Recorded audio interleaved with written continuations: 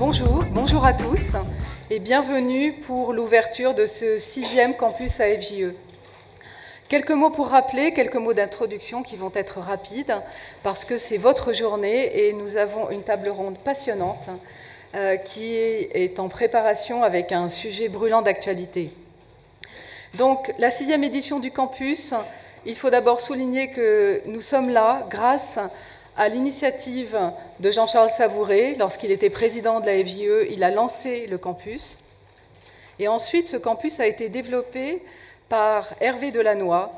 Et j'ai pu reprendre le flambeau modestement pour que cette journée soit votre journée. Une journée de respiration, une journée de cocooning intellectuel. Pourquoi ?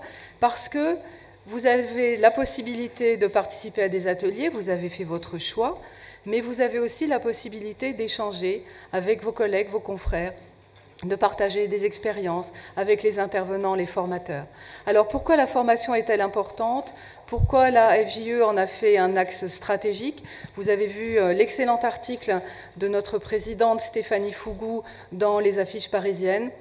Elle s'excuse, elle est directrice juridique comme vous, elle est soumise à un emploi du temps compliqué et elle n'a malheureusement pas pu être là aujourd'hui.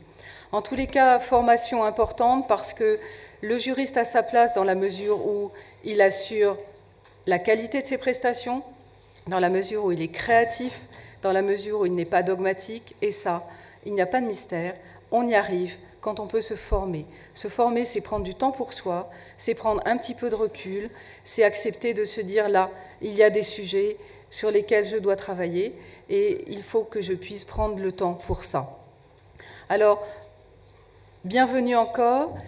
Quelques mots sur l'organisation. D'abord, vraiment remercier les intervenants. Ils sont fidèles. On arrive à avoir des intervenants de qualité chaque année qui se reproposent et ça, véritablement, ils prennent du temps. Et c'est un grand remerciement que nous devons leur adresser. Bien sûr, et sans eux, nous ne pourrions pas être là, nos partenaires. Donc un grand merci également.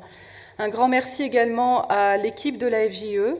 Anne-Laure Paulet, avec son équipe, font un travail remarquable et tous les bénévoles qui sont, comme moi, je dirais, en soutien de ces initiatives, dans les fonctions qui sont les nôtres, eh bien, sans elles, nous n'arriverions pas à organiser ce type de journée. Avec une mention particulière pour cette journée-là à Charlotte Pinguet, qui est la responsable de la formation. Donc, ceci étant dit, je dirais que la journée, vous avez le programme, on vous en dira un petit peu plus tout à l'heure, mais la table ronde, c'est véritablement ça que vous attendez aujourd'hui. Donc, le sujet, c'est la loi Sapin, la gouvernance, la compliance. Est-ce que nous sommes en train de vivre une révolution ? Qu'est-ce que et comment cette loi va pouvoir impacter les entreprises ? Je me tourne vers la table ronde. Quels vont être les impacts pour le juriste d'entreprise et son positionnement ? Comment va-t-on s'organiser ? Nous avons le plaisir d'accueillir Éric Seasso, Véronique Magnier, Laurence Garnieri et Jean-Yves Trochon, qui, j'imagine, sans plus attendre, vont partager avec nous toutes leurs réflexions et leurs idées sur ce moment qui est, je crois, véritablement une révolution en France. En tous les cas, pour ma part, je vous souhaite une excellente journée, votre journée, un excellent campus. Merci. Alors, depuis plus de 20 ans, et le rapport Viennois en 1995, qui signe en quelque sorte la naissance du gouvernement d'entreprise en France, les règles relatives à la gouvernance n'ont cessé de se renforcer au gré des accidents qui ont émaillé la vie des entreprises, au point que nous sommes passés d'un système d'autorégulation à un dispositif beaucoup plus contraignant à base de dispositions législatives et réglementaires. Donc, nécessité d'encadrer au départ les rapports entre les différentes parties prenantes de l'entreprise, se sont ajoutées les règles de prévention des risques, que ce soit sur l'environnement, la sécurité, la responsabilité sociétale, et aujourd'hui dans la lutte contre la corruption. Alors évidemment, le millefeuille qui est ainsi formé peut parfois sembler indigeste aux entreprises. Donc la question qui se pose aujourd'hui pour elles, c'est de savoir comment elles peuvent tirer profit de ces nouvelles règles, comment elles peuvent les transformer en arguments de concurrence, comment elles peuvent articuler les exigences d'éthique avec le secret des affaires, et évidemment, quel rôle le juriste d'entreprise doit trouver dans ce nouveau dispositif qui se met en place sous nos yeux. Alors, pour en parler avec nous, Véronique Magnier, professeure agrégée, directeur de l'Institut Droit, Éthique, Patrimoine, Éric Céasso, directeur juridique éthique et compliance d'Engie, et Jean-Yves Trochon, administrateur de l'AFJE. Alors, pour partir un peu du général et pour arriver au particulier, on va revenir sur le thème de la table ronde et pourquoi se poser aujourd'hui la question d'une nouvelle gouvernance. Jean-Yves Trochon.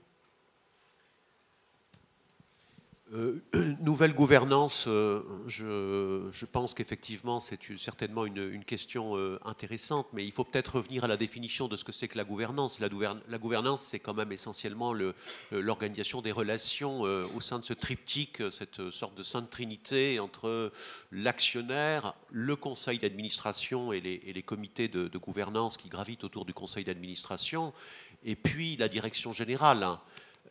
Mais c'est vrai que puisque aujourd'hui, il y a une brûlante actualité qui est effectivement la compliance et l'introduction de la compliance en France avec la loi Sapin et également le devoir de vigilance, c'est vrai qu'on est obligé de se poser la question de savoir quelles sont les relations entre la gouvernance et la compliance. Est-ce que la compliance fait partie de la gouvernance finalement?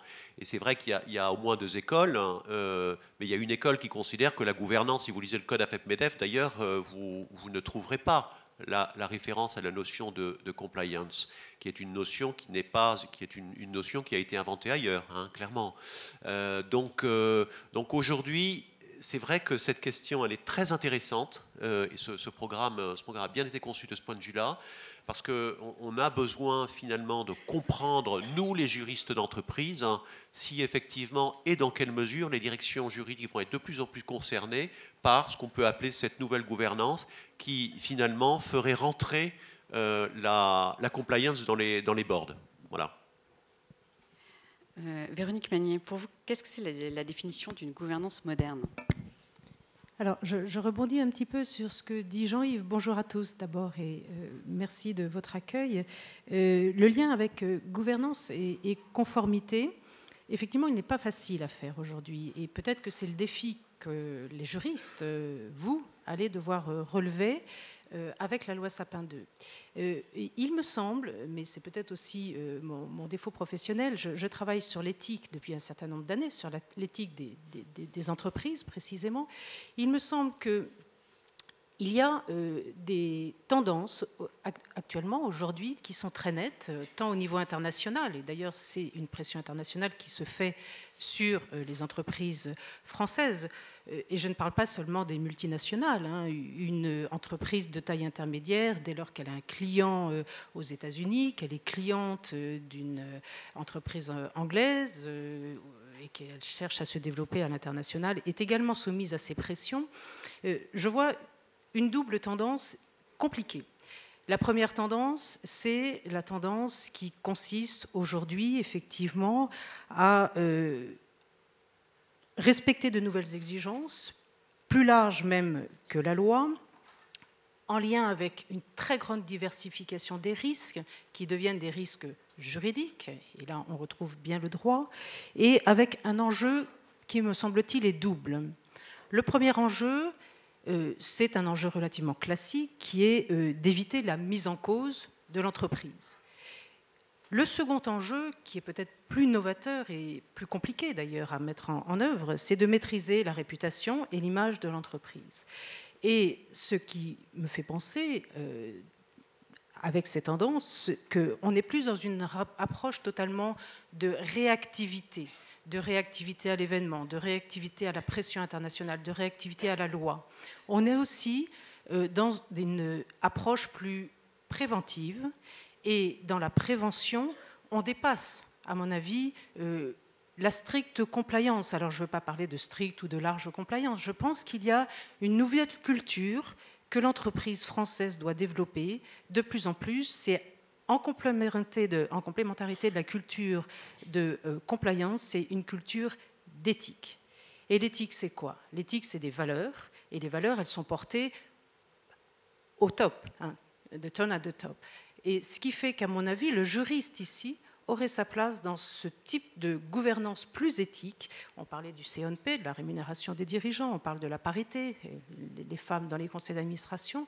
Tout ceci, ce sont des valeurs que doit porter une entreprise, et la culture d'entreprise, elle émane du top management, mais bien sûr, le juriste, à mon avis, aurait sa place dans cette nouvelle gouvernance. Mais ce sera l'occasion d'en discuter aujourd'hui.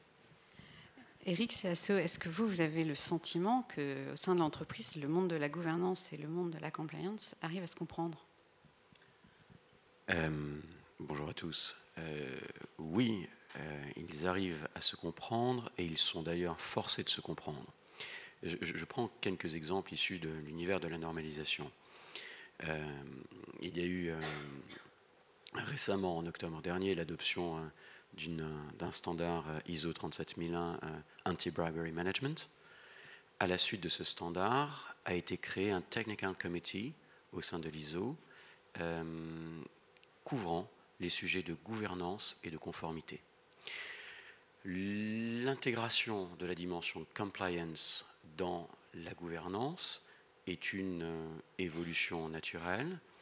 Pourquoi? Parce que les problématiques de conformité, les enjeux de conformité sont des sujets qui intéressent directement l'actionnaire parce que les risques qu'ils comportent sont potentiellement létaux pour l'entreprise.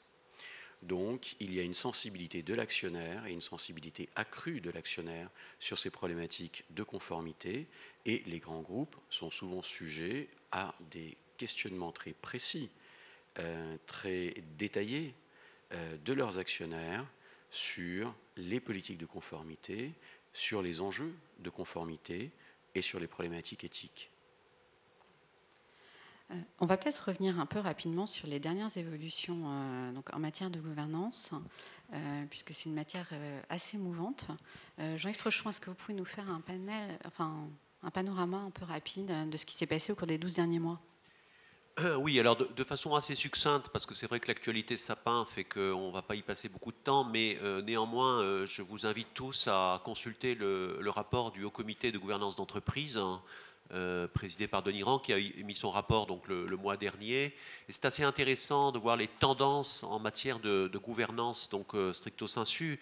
Je ne vais pas tous les énumérer parce qu'on n'a pas le temps, mais les principaux points d'attention aujourd'hui en matière de gouvernance, c'est effectivement la proportion des femmes dans les conseils d'administration. Vous savez, cette fameuse loi qui doit conduire à ce que 40%, à ce qu'au moins 40% de femmes siègent au conseil d'administration. Aujourd'hui, on y est. On est à 42% dans les sociétés du CAC. Il y a 9 sociétés du CAC et 47% du SBF qui n'ont pas encore atteint le seuil, mais qui sont en voie de l'atteindre. Et je crois qu'à part la Norvège, la France est le pays en Europe qui a le taux de féminisation des conseils d'administration le plus élevé. Donc on ne peut que se réjouir, évidemment. En ce qui concerne, il y a une question sur les plans de succession des dirigeants. C'est aussi un point d'attention particulier, c'est que les dirigeants n'ont pas toujours comment dirais-je, un successeur désigné. Donc là, les comités de nomination doivent effectivement être plus actifs sur ce sujet et communiquer plus vis-à-vis des conseils d'administration. Un point important aussi, c'est la notion d'administrateur indépendant. Toutes les entreprises qui sont assujetties au code AFEP-MEDEF ne respectent pas nécessairement le seuil des 2 tiers d'administrateurs indépendants dans les comités d'audit et du seuil de la majorité dans les comités de rémunération et de sélection.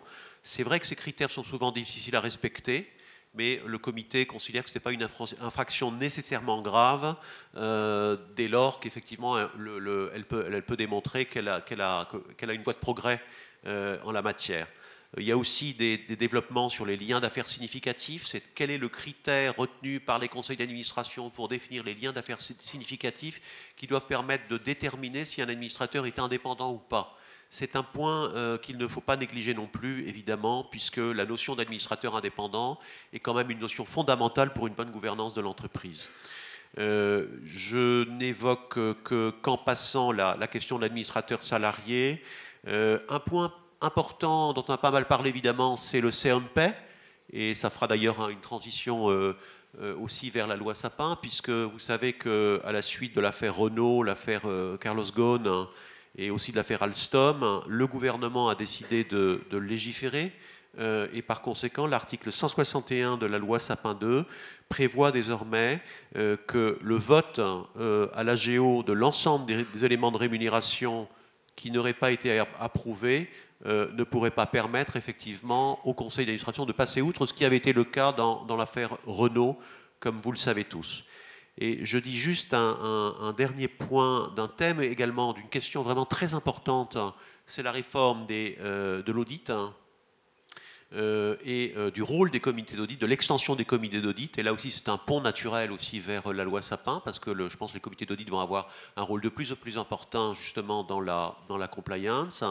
Et vous savez que la réforme, la directive européenne en matière de services d'audit est rentrée en vigueur en juin 2016, et qu'elle prévoit notamment, outre la rotation obligatoire des commissaires aux comptes, l'extension du contenu du rapport d'audit, notamment sur la description des risques d'anomalies significatives et la nécessité d'explication de la stratégie d'audit face à ces risques, et puis un rapport complémentaire des CAC, des commissaires aux comptes, au comité d'audit. Bon, il y a d'autres points, mais comme on a décidé de ne pas être long sur ce sujet, on ne va pas s'apesantir, mais je crois que ce sont des tendances importantes aussi pour nous, juristes d'entreprise, plus particulièrement pour ceux d'entre vous qui sont secrétaires des conseils d'administration ou qui participent au conseil d'administration. Évidemment, c'est le cœur de la gouvernance, c'est effectivement ce triptyque que j'évoquais tout à l'heure. Et donc on voit bien ces tendances vers plus de transparence, plus d'informations vis-à-vis des actionnaires, et également plus de maîtrise de la communication financière à destination des marchés. Alors pour en venir à la loi Sapin, qui foisonne de nouvelles dispositions, est-ce qu'on peut dire qu'elle introduit réellement une révolution en termes de compliance dans les entreprises françaises ?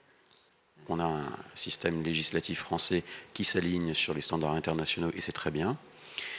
Il y a un deuxième élément de révolution juridique qui est la transaction en matière pénale, qui permet, qui a pour immense bénéfice d'éviter pour les entreprises qui en seraient bénéficiaires l'exclusion des marchés publics, qui peut être létale pour nombre d'entre elles. Donc on a bien des éléments de fond qui sont de véritables révolutions juridiques.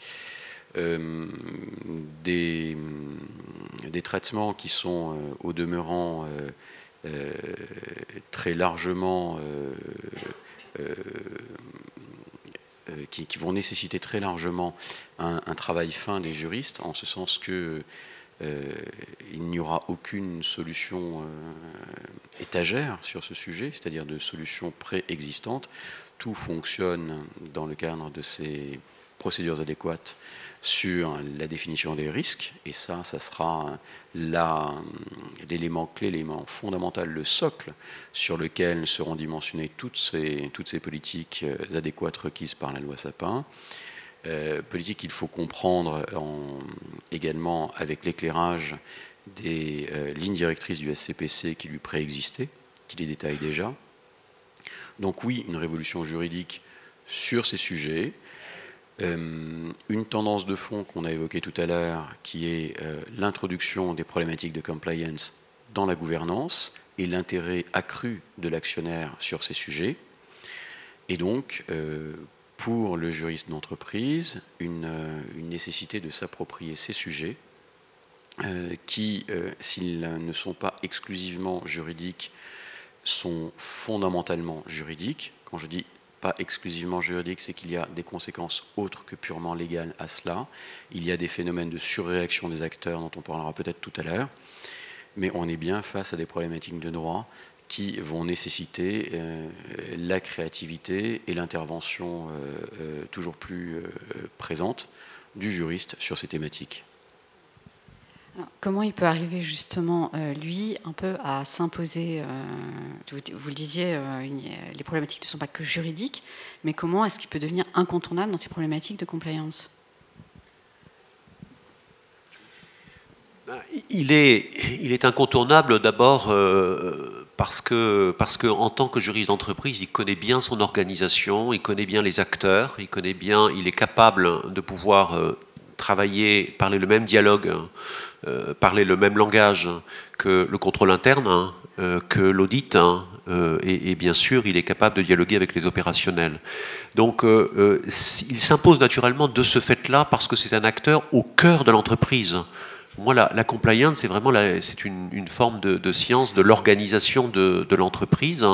Il faut arriver à trouver un système de management qui soit non bureaucratique. C'est vrai que ce terme-là est un terme sur lequel il y a souvent des débats, mais c'est vrai qu'il ne faut pas que la compliance conduise à paralyser l'entreprise. C'est extrêmement important et nous devons être effectivement des acteurs, mais il ne faut pas non plus être... Donc ça veut dire pas trop de normes, pas trop de politique, pas trop de procédures, des systèmes qui communiquent, des fonctions qui se parlent. Et pour ça, le juriste d'entreprise, effectivement, a un rôle clé. Maintenant, il faut qu'il soit, pour pouvoir s'imposer dans la démarche de compliance, il faut qu'il soit aussi, outre le fait d'être effectivement très opérationnel, parce que la compliance, c'est finalement l'opérationnalisation du droit au sein de l'entreprise, mais il faut aussi qu'il soit capable d'avoir la hauteur de vue, l'objectivité et la capacité de dire non. Parce qu'on sait très bien que les sujets de compliance peuvent conduire à des mises en cause de l'entreprise et des individus potentiellement extrêmement lourdes, notamment du fait de l'effet extraterritorial des lois. Donc le positionnement du juriste du directeur juridique ou de la fonction juridique est très important. Et là, on a une petite frustration, c'est vrai, parce que le General Counsel à l'américaine, qui va reporter directement non seulement au CEO, mais également en dotted line, avec un accès non filtré, comme on dit parfois, au board, n'est pas encore un modèle qu'on voit beaucoup dans les entreprises françaises. Et pourtant, le juriste d'entreprise, le directeur juridique, doit effectivement avoir la capacité de pouvoir immédiatement réagir et, pour le coup, de prendre en charge, d'alerter sa direction générale, voire le comité d'audit, dans des situations qu'il estimerait préjudiciables aux intérêts de la société. Donc c'est difficile, c'est un rôle difficile. Moi, je pense que c'est véritablement une extension du métier de juriste d'entreprise. C'est une petite révolution, ça c'est certain. Mais il faut aussi que le juriste d'entreprise fasse bien l'assessment, le diagnostic de la situation et bien une feuille de route qui lui permette d'assumer effectivement sa mission s'il veut être compliance officer. Mais il n'est pas nécessairement compliance officer. Moi, je pense que la compliance, c'est une démarche qui est une démarche collégiale. Il faut un comité de compliance. Il faut que ce soit effectivement diffusé dans l'entreprise au travers de champions de la compliance. Et les champions de la compliance, en particulier de l'éthique et de la compliance, d'ailleurs j'en profite pour dire que je suis tout à fait d'accord avec ce que disait Véronique tout à l'heure, c'est très important que la compliance ne soit pas déconnectée de la notion d'éthique et de la notion de gouvernance. Mais à partir de ce moment-là, quand le juriste d'entreprise a défini un réseau et qu'il y a un réseau de compliance officers qui viennent des fonctions de contrôle interne, qui viennent des fonctions du juridique ou qui viennent des fonctions d'audit ou d'ailleurs, alors effectivement le comité de compliance doit avoir un primus inter pares, qui est quelqu'un qui est capable de s'assurer du bon fonctionnement de la compliance dans son ensemble, et là, le juriste d'entreprise, effectivement, est probablement un excellent candidat. Moi, c'est ce que je pense. Véronique Magnier. Alors, pour revenir un petit peu sur tout ce qui a été dit, et peut-être pour, encore une fois, voir le lien entre conformité et gouvernance, le diagnostic, je pense qu'il est important, le diagnostic, et c'est au juriste de faire ce diagnostic, à mon avis. Revenons sur la loi Sapin 2, et je voudrais juste dire un mot sur les rémunérations. Je ne sais peut-être pas le cœur du sujet aujourd'hui, mais jusqu'à présent, on avait des règles de soft law dans le code d'AFEP-MEDEF. Aujourd'hui, le CNP est inscrit dans la loi, et c'est un CNP contraignant, avec un reporting à l'Assemblée générale, sur quoi? Sur l'ensemble de la politique de rémunération des dirigeants. À mon avis, il faut y voir une vraie révolution, parce que autant lorsque ça reste dans le domaine de la soft law, bien sûr, il y a eu des procédures, et en général, vous l'avez relevé, il n'y a pas eu trop de difficultés. Il y a peut-être 1, 2, 3 cas qui ont été mis en exergue, notamment par les médias. Aujourd'hui, avec la loi, il n'est plus possible d'avoir aucun de ces cas, dans la mesure où derrière cela, il y aura une responsabilité juridique forte, avec en plus un risque de mise en jeu de la réputation de la société, de l'entreprise. Donc il me semble que la loi Sapin II, rien que sur cet élément, je ne parle pas de la conformité, mais sur cet élément précis du C-on-Pay, on est dans une démarche où l'évolution se fait et que le juriste a un vrai diagnostic à faire sur des nouveaux risques qui se mettent en place. Je sors du domaine strictement de la loi pour en venir à l'éthique. Il y a un autre phénomène qui se fait jour aujourd'hui, qui n'est peut-être pas encore très visible, mais un phénomène fort et dont il faut être alerté, de forme de juridiciarisation de l'éthique. Aujourd'hui, il existe quelques jurisprudences, alors c'est plutôt les juges du fond, ça n'est pas monté en cour de cassation, sauf avec l'affaire Erika, des situations où les engagements pris par l'entreprise ne sont pas des engagements en l'air et anodins, et qui peuvent conduire donc à des responsabilités, mise en jeu de la responsabilité de l'entreprise, civile, voire pénale, s'agissant de l'affaire Erika. Donc, effectivement, là, je pense quand même que tout ce qui est conformité et éthique, parce que je pense qu'il faut lier les deux, aujourd'hui, le juriste est au cœur de ces préoccupations et en lien direct, donc, avec les dirigeants et avec les actionnaires. Alors, est-ce que le juriste d'entreprise, enfin le directeur juridique, a les outils nécessaires aujourd'hui pour se faire entendre au niveau de la compliance? Parce que vous parliez tout à l'heure du fait qu'il ne rapportait pas directement au board. Donc, de quoi il aurait besoin aujourd'hui pour s'affirmer davantage? Si vous voulez me faire dire qu'il a besoin du legal privilege, je vais le dire. Mais bon, je pense qu'on sait tous, je pense qu'on est tous assez convaincus de la nécessité absolue, effectivement, pour le juriste d'entreprise, encore plus qu'hier, de disposer de la confidentialité de ses avis et d'un statut qui soit véritablement un statut d'avocat. Mais bon, peut-être qu'on en reparlera tout à l'heure, mais compte tenu du temps, moi ce que je voulais dire aussi sur les outils, c'est que ce qui est très très très important quand vous regardez bien la loi Sapin, c'est que ce dont on parle essentiellement, c'est de mesures d'organisation, de process, de contrôle, d'audit. Et donc, ces outils-là ne sont pas les outils nécessairement, sont naturels du juriste d'entreprise. Donc, je crois encore une fois que le juriste d'entreprise doit bien réfléchir avant de se positionner comme le compliance officer naturel. Il doit être capable de pouvoir se former et développer ses compétences sur des thématiques qui ne sont pas naturellement dans son champ d'action.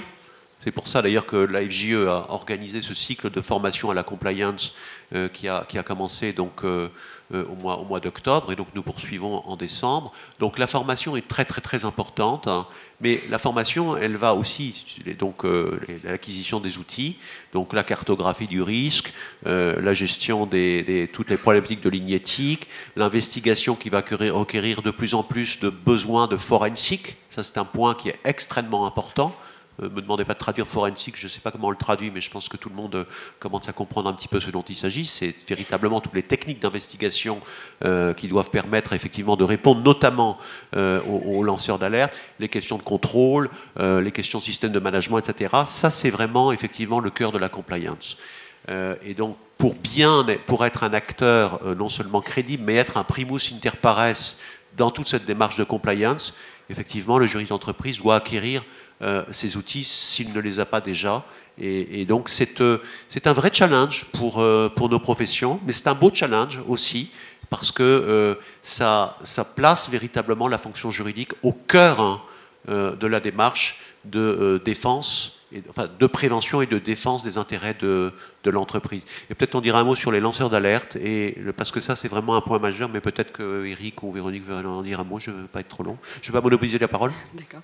Eric Sasso, les lanceurs d'alerte, donc comment les entreprises vont-elles pouvoir faire face à tout ce mécanisme qui se met en place? Alors, effectivement, c'est un des points prévus par la loi Sapin qui figure, comme je l'indiquais aussi tout à l'heure, déjà dans les lignes directrices du SCPC qui préexistaient à ce texte. C'est quelque chose qui existe en droit anglais, qui existe en droit américain. Alors, il y a énormément de débats sur ce sujet, de débats d'ordre culturel. Il faut savoir que le lanceur d'alerte fait partie intégrante de l'histoire de la démocratie, puisque il existait déjà dans la cité grecque, où il n'y avait pas d'accusateur public, et il y avait en revanche une coutume pour les citoyens de dénoncer tel ou tel comportement fautif. Avec le temps est apparue une certaine gêne sur l'exercice de cette fonction, et on a vu se développer les sycophantes, dont on a fini par les instrumentaliser pour dire du mal d'autres citoyens plus gênants, c'est-à-dire dire du mal, c'est-à-dire dire des choses qui n'étaient pas. Et avec ces éléments d'histoire, on retrouve la problématique qui est discutée aujourd'hui. La problématique qui est discutée aujourd'hui, c'est est-ce que le fonds culturel, qui est une partie du fonds culturel qui est attaché dans le débat d'aujourd'hui, c'est cela. Est-ce que le lanceur d'alerte ne peut pas agir de mauvaise foi et agir avec une finalité de déstabilisation, de nuisance? Donc il y a une certaine réticence là-dessus.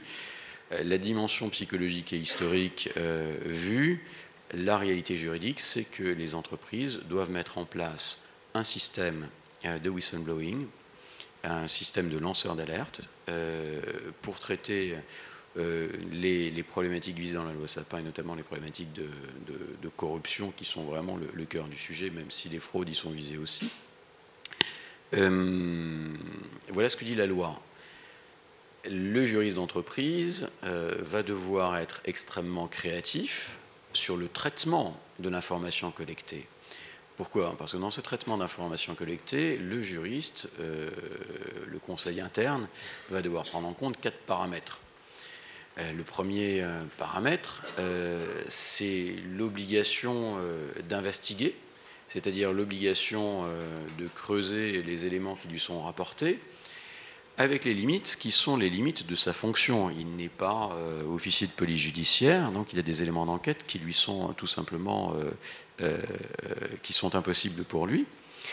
Et la nécessité, deuxième élément, la nécessité de préserver les preuves, parce qu'une intervention malencontreuse lors d'une investigation peut conduire à la destruction de preuves, qui seraient ensuite reprochées. Ça, c'est les 2 premiers paramètres de contrainte. Mais ce n'est pas tout. Outre cette nécessité d'investigation, outre cette nécessité de préserver les preuves, le traitement des incidents va nécessiter que le juriste se forge une opinion sur le sujet, une qualification potentielle des faits qu'il aura trouvés, pour ensuite, derrière, pouvoir en informer sa direction générale et, le cas échéant, envisager une coopération avec les autorités judiciaires pour bénéficier notamment des dispositions de la transaction pénale. Donc on a toute une série de paramètres qui s'imposent d'ores et déjà aujourd'hui. Nécessité de collaboration, droit de ne pas se mettre soi-même en accusation, nécessité d'investiguer et en même temps nécessité de préserver les preuves. Sur tous ces éléments-là, la loi est silencieuse. Alors justement, est-ce que ça fait du juriste d'entreprise, le temps que les lignes directrices se mettent en place, l'interlocuteur privilégié des autorités et notamment de l'agence française contre la corruption?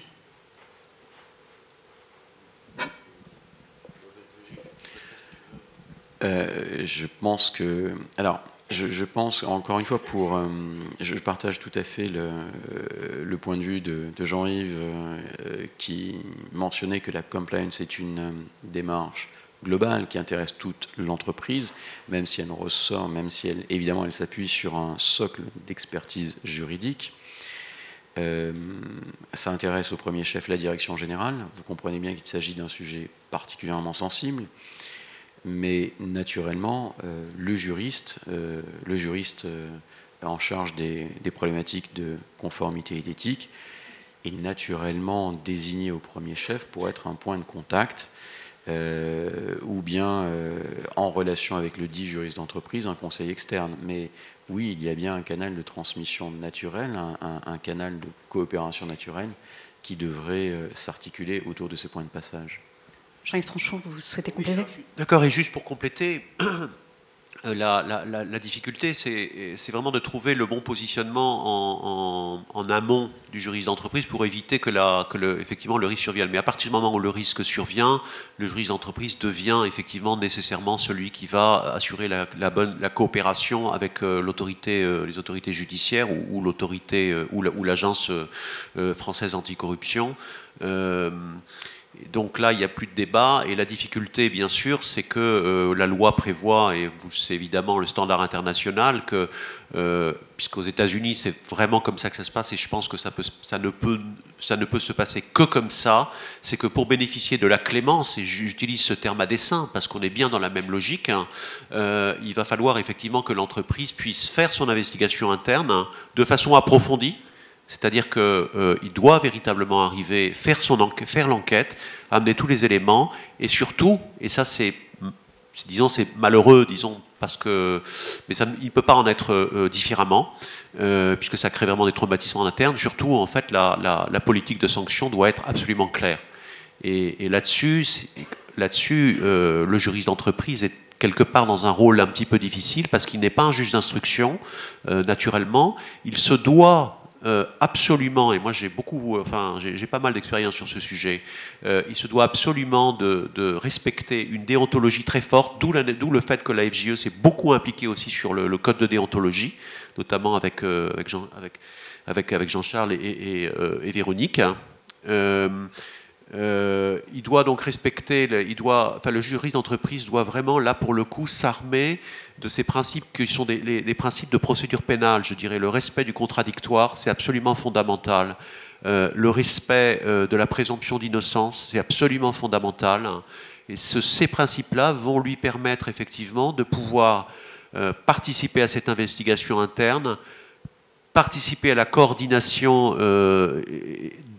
avec la direction générale. Il ne se substitue pas à la direction générale, attention, mais donc la collaboration, la coopération avec l'autorité judiciaire pour apporter effectivement ces preuves de ce qui s'est passé ou pas passé, et aussi être quelque part impliqué dans le traitement, la remédiation.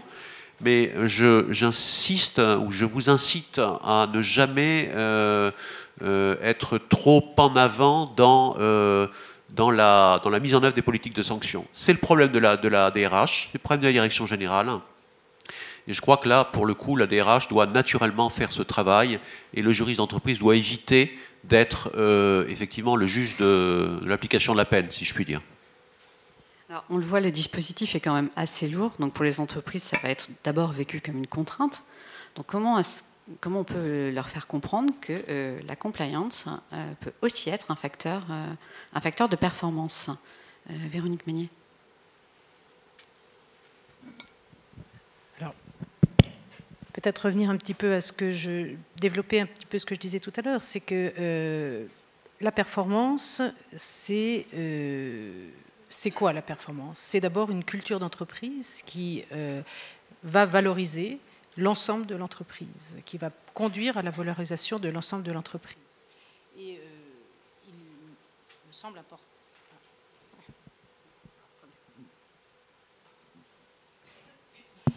Et il me semble important de faire comprendre, notamment aux actionnaires, que la création de valeur d'une entreprise, à ses dirigeants également, que la création de valeur d'une entreprise, elle ne se fait pas sur un court terme, mais sur justement une culture d'entreprise pérenne et sur la durée.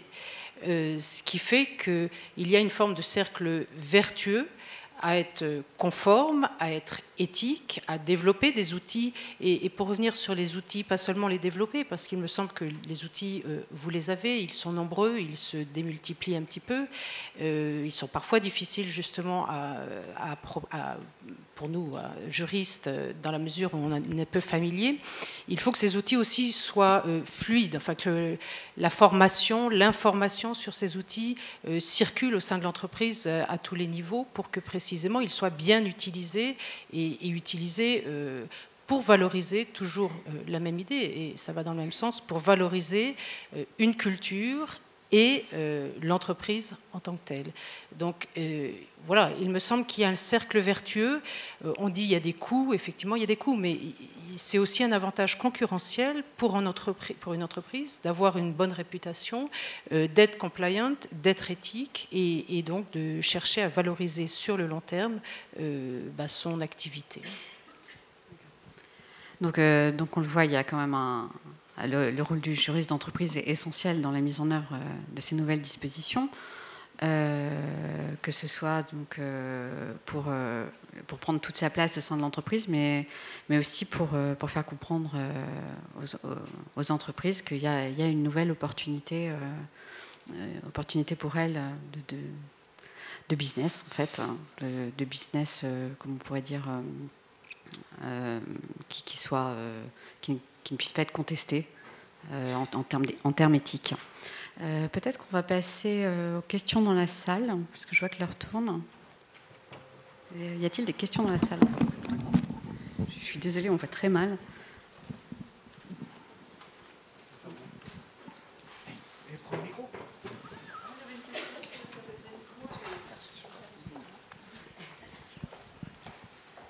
Merci pour ces débats passionnants. Je vais lancer la première question. On voit clairement que cette loi va avoir des impacts très importants pour les grands groupes. En revanche, comment voyez-vous, petit 1, l'impact de la loi elle-même sur les petites et moyennes entreprises ou les autres organisations? Et petit 2, comment les grands groupes vont-ils répercuter sur leur supply chain, leurs fournisseurs, leurs sous-traitants, ce qui va s'imposer à eux et dans quelle mesure?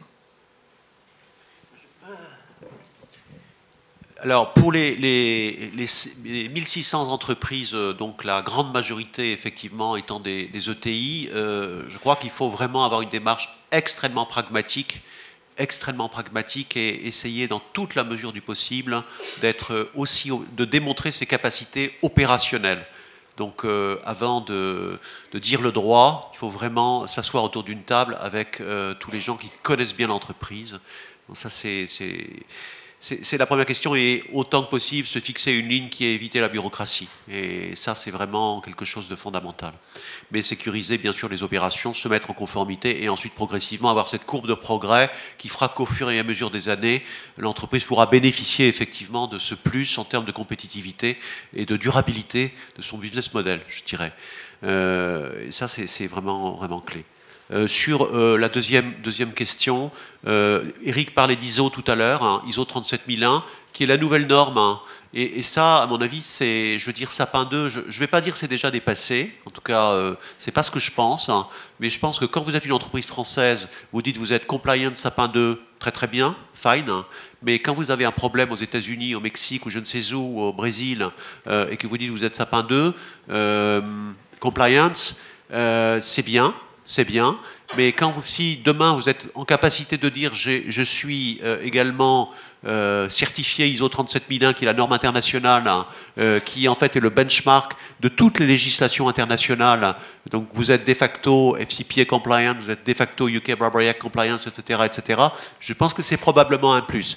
Et donc les entreprises vont, et moi je l'ai testé dans le discours avec pas mal d'entreprises, les entreprises vont assez naturellement dire, moi je vais demander maintenant à ce que tous mes fournisseurs me disent qu'ils sont compliant.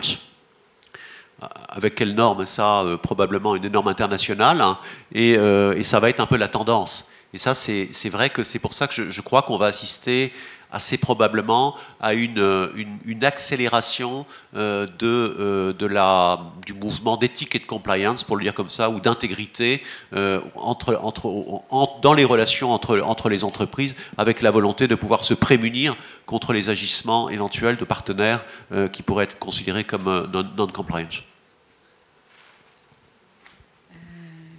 Y a-t-il d'autres questions? Non, je crois pas. Bon.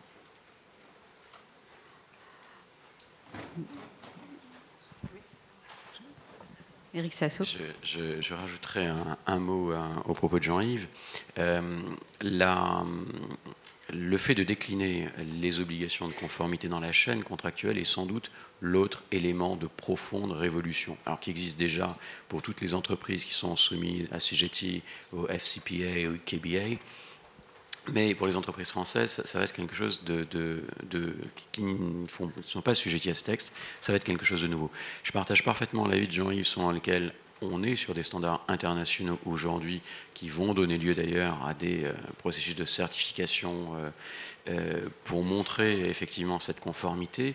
Mais la logique, et c'est vraiment les logiques de conformité, c'est que la règle de droit, et là c'est une véritable révolution qui était conçue, nous, dans notre tradition civiliste comme étant une ligne jaune, quelque chose qui est légal, quelque chose qui ne l'est pas, c'est complètement différent en matière de conformité. La norme de conformité est téléologique. Et pour arriver à la finalité poursuivie, elle enclenche un mécanisme de coopération entre l'autorité judiciaire et les entreprises privées, qui concourent à l'élaboration de la norme. Donc vous voyez, on est vraiment sur des logiques qui sont vraiment fondamentalement différentes. La logique de la conformité, c'est nous avons ensemble un objectif à atteindre, et il y a un risk and reward mechanism. Il y a des bénéfices et des sanctions selon que l'on atteint ou pas cet objectif. Les bénéfices, ce sont les réductions de peine, en tout cas en France. Ça peut aller dans d'autres législations jusqu'à des exonérations de peine. On n'est pas sur l'affirmative defense anglaise en France, mais il y aura une circulaire interprétative qui donnera une vision de la chancellerie sur l'atténuation de peine pour les entreprises qui sont en conformité. Donc un élément incitatif qui est présent à la française, mais qui est présent, et puis évidemment des sanctions en cas de défaut. Donc on a là l'autre élément de révolution juridique, et oui, les entreprises françaises, les petites entreprises françaises seront directement impactées par cela, parce qu'elles ont l'obligation, pour être conformes à ce texte, pour être conformes à l'ISO 37001, de répercuter ces obligations dans l'intégralité de leur chaîne. Et ça, c'est une vraie révolution. Alors donc, une vraie révolution qui s'ouvre devant les entreprises, que les juristes d'entreprise vont accompagner au mieux pour convaincre les dirigeants, tout comme ils étaient convaincus auparavant qu'ils n'étaient, eux, pas des empêcheurs de tourner en rond, mais que la révolution qui s'annonce doit être mise en place aussi bien dans les grandes entreprises que dans les multinationales. Oui,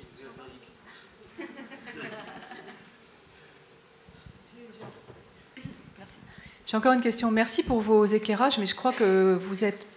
tous les juristes qui sont là sont dans des structures différentes. Donc on a bien compris qu'on avait une double révolution, à la fois une révolution législative et puis, comme vous veniez de le souligner, Monsieur Seasso, une révolution contractuelle. Mais il est vrai que autant des dirigeants dans des grands groupes vont avoir été sensibilisés à cet enjeu, actionnaires, administrateurs, rémunération, autant des dirigeants de plus petites et moyennes entreprises, voire d'organismes publics, qui commencent aussi à faire du business au quotidien, dans les différentes révolutions qui peuvent être les nôtres. Comment le juriste d'entreprise, comment le directeur juridique, le responsable juridique solo, va-t-il pouvoir les convaincre sans donner l'impression que, il va les faire peur en disant « mais vous savez, l'annexe 3, la lutte contre la corruption de tel grand groupe qui nous est imposé, qui ne passionne personne. Quand comment va-t-on faire? Quels arguments pouvez-vous conseiller, donner, pour que finalement tous les juristes, quelle que soit la taille de leur structure, puissent positionner ça?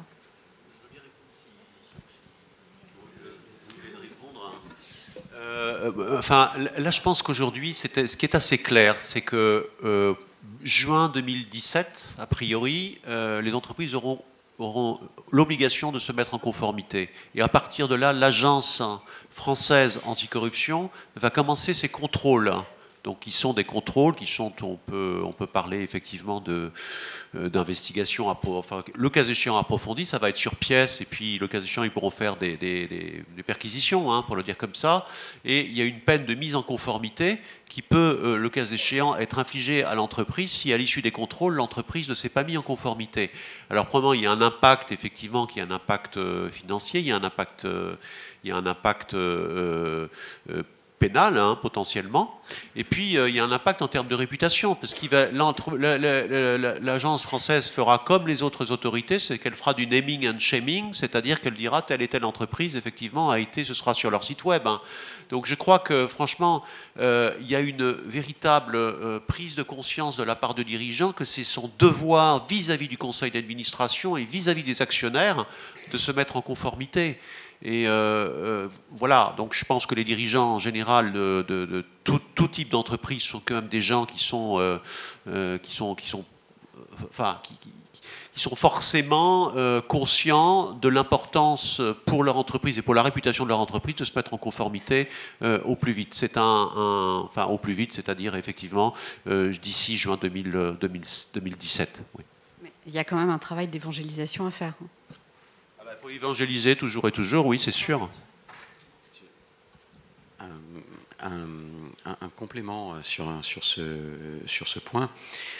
Il y aura de toute façon pour les entreprises une ardente nécessité de se conformer à ce texte, outre l'impératif légal, qui sera un impératif business. Pourquoi ?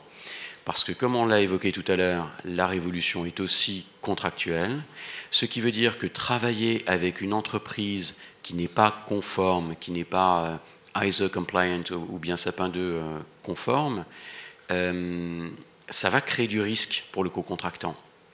Et un risque qu'il va de moins en moins prendre.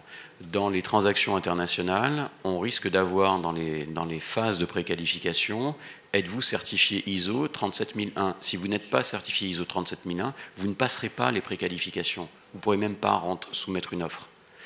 Et vous allez avoir dans la chaîne contractuelle des questions qui vous seront posées, et si l'entreprise n'est pas conforme avec, bien sûr, le texte français et ailleurs avec la norme ISO que l'on vient d'évoquer tout à l'heure, il y aura une vraie problématique à conclure des affaires. Donc, impératif légal et impératif business.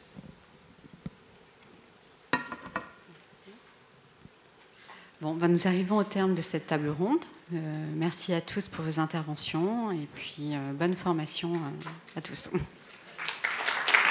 Thank you.